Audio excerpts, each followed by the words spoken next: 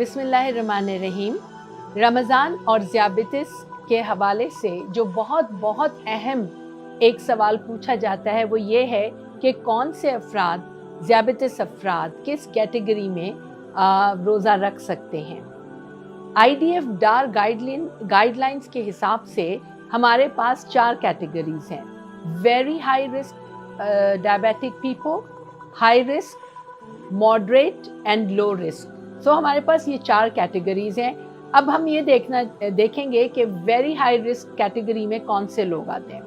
Very high risk category में वो ज़ियाबितिस अफराद आते हैं जिनको ज़ियाबितिस की पेचीदगियाँ बहुत एडवांस हो चुकी हैं, उनके गुर्दों के ऊपर बहुत ज़्यादा असर पड़ चुका है या उनको हार्ट की बहुत ज़्यादा प्रॉब्लम्स शुरू हो चुकी हैं। उसके अलावा वो अफराद जिनको रमज़ान से 3 महीने पहले बार बार लो शुगर अटैक्स हो रहे हैं, वो अफराद जिनको लो शुगर होने का पता नहीं चलता, जिसको हम हाइपो अनअवेयरनेस कहते हैं।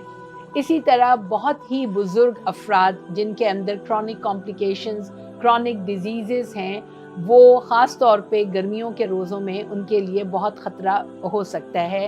हामला ख़वातीन रमज़ान के रोज़ों के लिए उनके वो भी they come in the very high risk. ये वो ग्रुप है जिसको हम कहते हैं कि इन्होंने रोज़ा बिल्कुल भी नहीं रखना। इसमें इंटेंस लेबर, मुशक्क़त, जो बाहर धूप में खुले आसमान के नीचे इंटेंस लेबर करने वाले लोग हैं, वो भी इसी कैटेगरी में आते हैं। फिर उसके बाद हाई रिस्क, ये तो वेरी हाई रिस्क था। फिर हाई रिस्क वो लोग हैं जिनमें ये तमाम चीज़ें हैं लेकिन उनका ज़रा लेवल थोड़ा सा बेहतर है बाकी वेरी हाई रिस्क ग्रुप से। कैटेगरी यही है सारी जो मैंने आपको वेरी हाई रिस्क में बताई।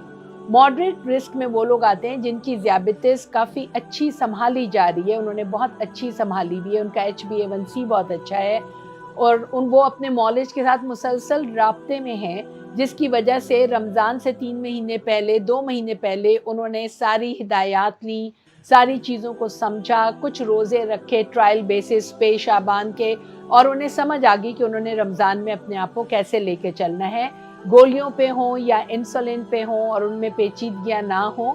This is the moderate. और लो रिस्क ग्रुप वो होता है जो कि अपने आप को खुराक से और वर्जिश के साथ लेके चल रहे हैं और उन्होंने भी अपने मौलिद से सारी बातों को डिस्कस किया है, समझा है और एक म्यूचुअल एग्रीमेंट किया है।